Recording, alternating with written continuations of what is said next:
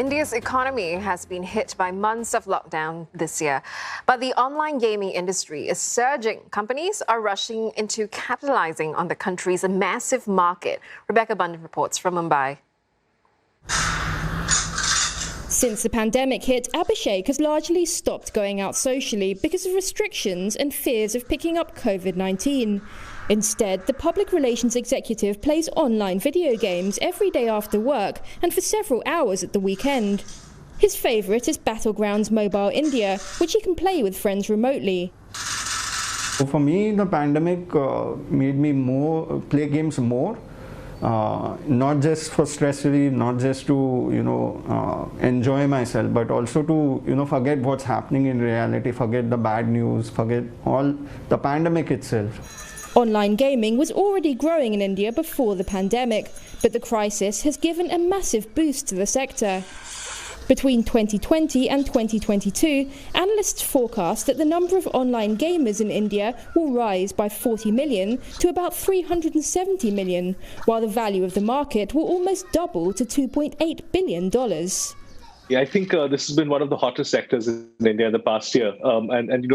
Globally, digital consumption has grown post-pandemic, but India, the story is even more dramatic. From a funding perspective, last year for gaming in particular has been spectacular. India's gaming market attracted $544 million in investments between August 2020 and January 2021. That's expected to double over the next year to year and a half, according to a report by Maple Capital Advisors. 85% of online games in India are played on smartphones. Cricket and card games like Rummy are some of the most popular options. India has the second largest number of online gamers after China. Aside from the impact of the pandemic, other factors that are driving the rise of online gaming include expanding smartphone ownership and lower data costs, as well as the country's large young population.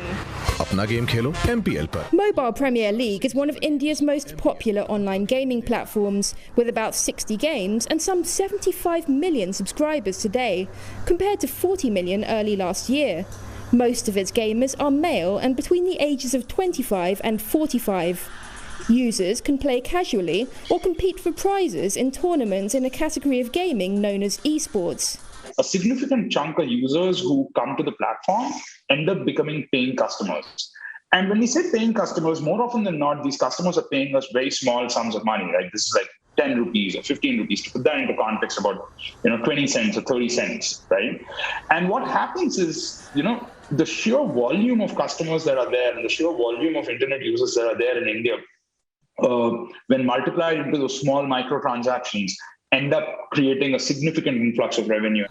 But analysts say that gaming startups still need to do more to monetize the large numbers of users, by getting gamers to spend more to access additional features, for example. Currently, 60% of revenue in gaming in India comes from advertising. Industry insiders say they would also welcome a regulatory framework for the sector. The Indian government has recognised the potential of the industry, and Prime Minister Narendra Modi has even urged developers to create more games that are inspired by local culture. And as the industry expands, it's expected to generate more jobs, ranging from development of content to professional gamers. And that would be a win-win game for everyone. Rebecca Bundan, CNA, Mumbai.